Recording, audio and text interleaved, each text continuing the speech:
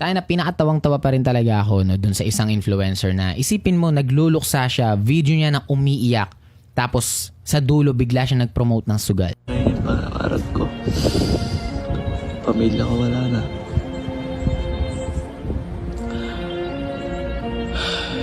Patawaran niyo ako lahat. Ayun guys, ngayon tuturuan ko po kayo kung paano maglaro ng Yes, alam mo napaka-corny nun. Na ano eh, parang manipulative ang pagdating na pagkatapos ng malungkot na speech o di kaya emotional na speech, parang bigla lang may sabi na, guys, like and subscribe kayo kung gusto nyo marinig na maging sad boy ulit. The fuck? I mean, okay. Yes, content creator ka, kaya kahit nasa gitna ka ng pagpaparamdam ng sama ng loob mo, I mean, di mo makakalimutan yung pagsabi ng like, subscribe. Okay, whatever. Pero parang kasi yun eh, parang bawas yun sa authenticity mo. Bawas sa pagkatotoo nung nasa gitna ka ng malungkot na speech tapos bigla kang magsasabi like, subscribe. Diba? Nakakaloka. Sa gambling website, iba naman yun. But nevertheless, it still fits kasi parang wala sa lugar. Okay, so sa video na to, gusto kong pag-usapan yung mga sugal websites at ang kanilang promotion. So medyo disclaimer, medyo biased ako kasi naglalaro ako ng poker noon. Kaya nandun ako sa mundo kung saan medyo uso yung pagsugal.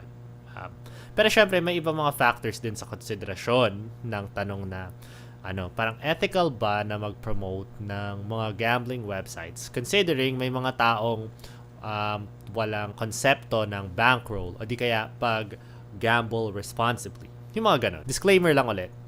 Wala akong problema sa mga sugal websites at pag-promote ng mga gaming websites. Pakinggan muna natin yung sasabihin niya para mapag-usapan natin kung ano ba talaga yung concern. Anong ginawa ko itong pagpo-post ng videos na to at may ilang video ako na nag-viral na nag-million views. Hindi ko alam kung ano yung napanood ng mga tao sa video ko at naisip nila na, siguro ito yung taong magpo-promote ng sugal. At ang daming lumalapit sa akin para mag-promote ng kanilang gaming app. Yun yung tawag nila eh. Sir, baka pwede nyong i-promote yung gaming app namin. Ako minsan nagtataka, ano bang gaming app yan? Baka naman masarap talaga laruin yung app mo, 'di ba? Kung mag-enjoy ako, madali i-promote.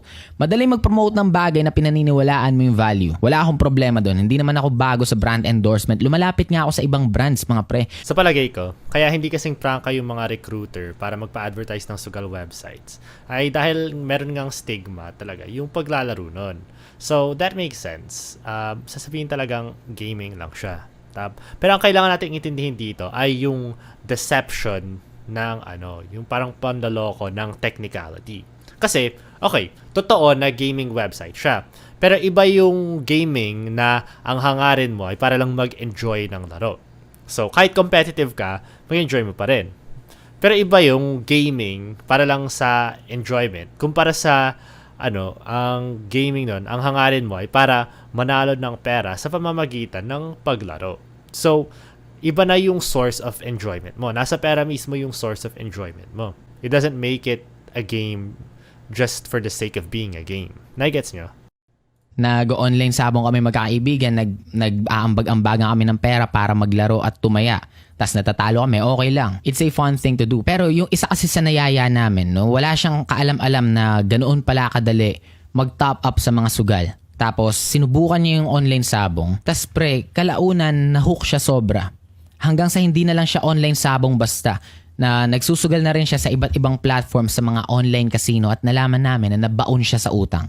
Isipin mo yung pre, mula sa isang kasiyahan at nasubukan niya lang hanggang sa nalulung na siya. Pwede mong hindi sisihin yung sarili mo yun na kasalanan naman yan, hindi siya naging responsableng manunugal, diba? Kung ikaw may disiplina ka sa sarili mo, kaya mo pigilan yan. Pero ito ang dahilan kaya hindi ako nagpo-promote ng sugal. Kasi kung nagawa namin yun sa tropa namin na one time lang sumubok tapos nalulung na sa sugal, nagkanda baon-baon sa utang, hanggang sa yung mga kilos niya pre, medyo nakakatakot na, no? Okay, so ito na yung issue niya. Ang masasabi ko dyan, parang mukhang personally affected siya sa nangyari. Kaya sinasabi niya na ayaw niya mag-promote kasi parang ayaw niya na mahawa yung iba dun sa habit na nakuha nung kaibigan niya dahil sa pagsusugal.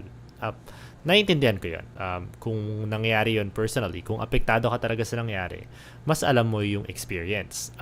Pero hindi pa rin ako agree. Don't get me wrong, it's unfortunate na nangyari yun sa kaibigan niya na nagkaroon siya ng gambling problem. Pero sa palagay ko, ang responsibilidad pa rin nun ay nasa tao. Hindi kasalanan ng website kung may mga tao na walang disiplina. Or hindi kasalanan ng mga, in general, kung sino man yung nagsaserve ng kahit anong addiction, hindi nila kasalanan yun. I mean, kung sasabihin natin na pagbabawalan lahat ng mga laro o lahat ng libangan na may pagka-addicting, ano pinagkaiba ng gambling website o pagsugal in general sa lahat ng ibang mga tipo ng libangan na addicting? Halimbawa, sa ML, kung sobra kang na-addict doon, di mo na namamalayan yung oras.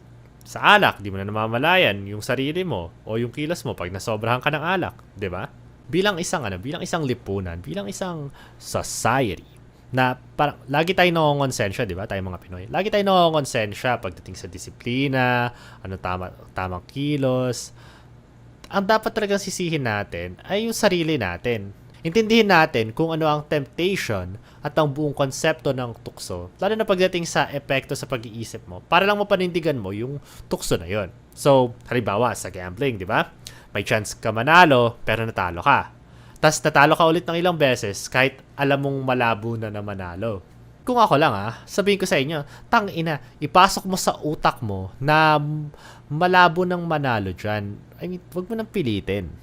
Like, wag mo nang pilitin yung sarili mo sa taong hindi na... Hindi, joke lang. Pero seryoso.